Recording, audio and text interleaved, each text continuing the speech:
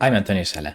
In this video, we are going to estimate the unknown force to a, say, second order system, say mass spring damper, and we are going to do it in three ways, with H2 and H infinity observers, let's say, and myosynthesis. Actually, this case study will comprise several videos, and in this first one, we will concentrate on the problem statement and the uncertain system modeling.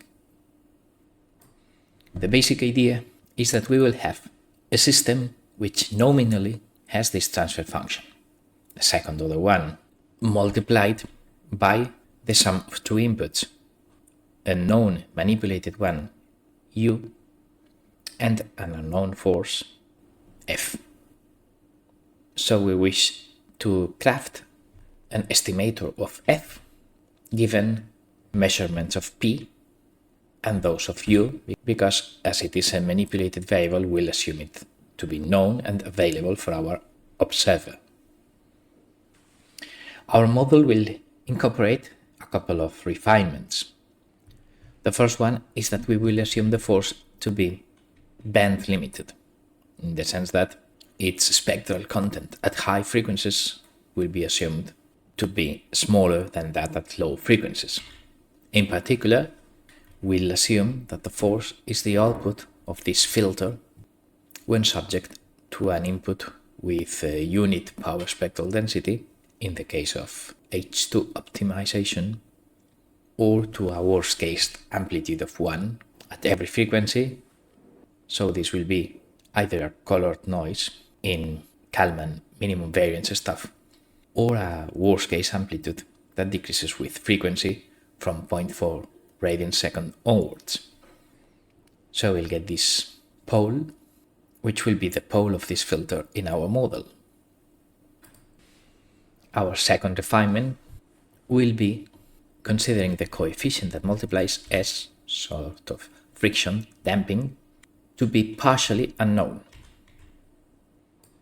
If this were a mechanical system, friction force will be some coefficient B times the speed, so acceleration will be such force divided by mass. But well, we'll assume B to be uncertain, so the acceleration due to friction will be uncertain, and it will nominally be -1, but it will have some interval of uncertainty, and such interval in particular will have a half width of 0.55. So our friction may range between 0.45 and 1.55 times the velocity, and we must incorporate that into the model. Having this uncertainty is what will make us use myosynthesis as the right way to solve the problem in a particular setting. However, for robust control, this uncertainty must be expressed in linear fractional transformation form. So we'll model our system with this block diagram. In particular, we will have this delta that I call delta 1, because it will be a normalized uncertainty taking ranges between plus and -1, and I multiply that by 0.55 to account for the actual width of the damping interval. So I will have two cascade integrators that from acceleration will give me velocity and position.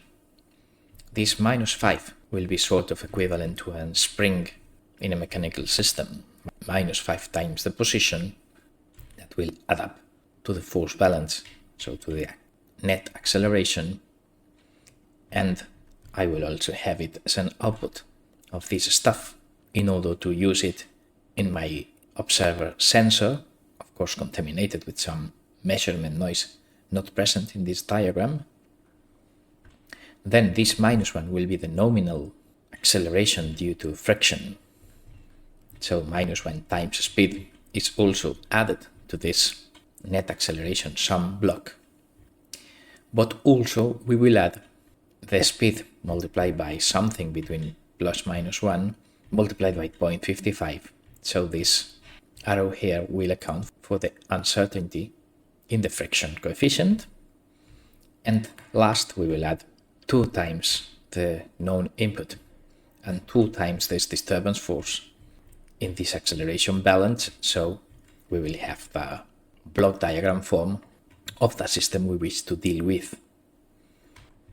The last ingredient will be inputting this sort of normalized disturbance with power spectral density 1 or worst case amplitude of 1, depending on my H2 or H infinity problem statement. And it will go through this low pass filter, giving me the actual force that, multiplied by the same thing as my U, gets into the balance to output the net acceleration. And that actual force will be an output of my system, not because I can measure it, but because I will need it to compare to the force estimate given by my observer to check such observer's accuracy. As it is the output of this first order system, it will be state of the overall third order system, which is surrounded in yellow. So this is why we are calling our developments in this case study as an observer. But it's an observer with an uncertain model. So it will have some nuances compared to, say, the usual Kalman or pole assignment stuff. So good. We'll need to input this into MATLAB's toolbox, and we could use the connect stuff to programmatically generate block diagrams. But anyway, we will use state space representation and an LFT interconnection of the uncertainty, because the block diagram can be expressed as these differential equations. The derivative of the position is the velocity, and the derivative of the velocity, the acceleration, will be minus 5 times position, minus 1 times velocity nominally, plus 2u plus f, the input forces, known and unknown, plus 0.55 times z, the output of this uncertainty block. This is 0.55 z. Apart from that, we have the force as the state variable and output, in this case, of this low pass filter, which has this highlighted equation. And the only remaining equation is saying that z is some normalized delta times the velocity. Here we have it. Well, v is expressed as vel in the equation's velocity, because later on I will use lowercase v as measurement noise, so kind of be aware of this change in notation to avoid confusions in a later stage. So these first 3 equations will be the state space representation, the state equations of the known part of my system, which will be connected in LFT to the unknown part of my system. So we will code it in MATLAB, saying that delta is an uncertain real number with nominal value 0, and if we say nothing else, its variability is already scaled to minus 1 plus 1. And then, if states are position, velocity, and capital F, then this says that the derivative of position is velocity. This minus 5, minus 1, 2 correspond to this minus 5 position, minus 1 velocity, and 2 times F, which is the third state. And then we'll have also 2 in the B matrix, multiplying a known input, and 0.55 in the B matrix too, multiplying this stuff that will actually be unknown and uncertain. So the B matrix has nothing in the first equation because derivative of position is velocity period, nothing else, but in the acceleration balance I will have 0.55 times the first input, this z coming from the uncertainty, 2 times the manipulated input u, and third input will not appear in the acceleration balance. It will only be an input to the low-pass filter, the third state. So I will have this 0 here, and then indeed the third state equation, this one tells me that the third state's derivative depends only on itself with this pole, and this 0.4 is also multiplying the third input in the B matrix. Here it is, but this W stuff doesn't appear anywhere else. So this is the A and B, the important stuff. And then which are the outputs we wish to output? Well, first the speed, that will be multiplied by uncertainty delta, the force to be later compared with the observer estimation, and the position to be measured.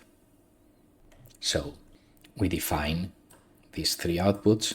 Velocity is the second state, force is the third state, and position is the first state. So once I have the known part of my system, the uncertain system for robust control toolbox will be the LFT interconnection of this uncertainty delta normalized and this GS1 linear time invariant system, which is encircled in this yellow boundary in this block diagram. So this GS-nth has this step response, no uncertainty regarding the force, in the sense that when I have a step in manipulated input, capital F doesn't move, and with a step in this normalized disturbance, then I get this low-pass filtered first order step response. But then regarding the position of this mass spring damper, as I have uncertainty in the damping, then I have uncertainty in settling time and overshoot, for instance, which is seen in the subplots at the bottom row. So we'll finish with this. In this video, we have modeled this nominal plant with an unknown input and uncertain damping. Okay, so we have modeled this as this block diagram, including a band limited force, and then this block diagram is divided into a known part, the bottom LTI subsystem, and an uncertainty part. So we wrote the equations from that block diagram, and uncertainty was this delta. The linear time invariant was input with the highlighted lines, and this LFT made the whole interconnection so that robust control toolbox was able to output an uncertain step response. So we finished here the modeling phase, and then what remains is crafting a suitable generalized plant and call the H2 H infinity Ormusin. But that will be, for brevity, discussed in a second video continuation of this one. For the moment being, we end here. Thanks for watching.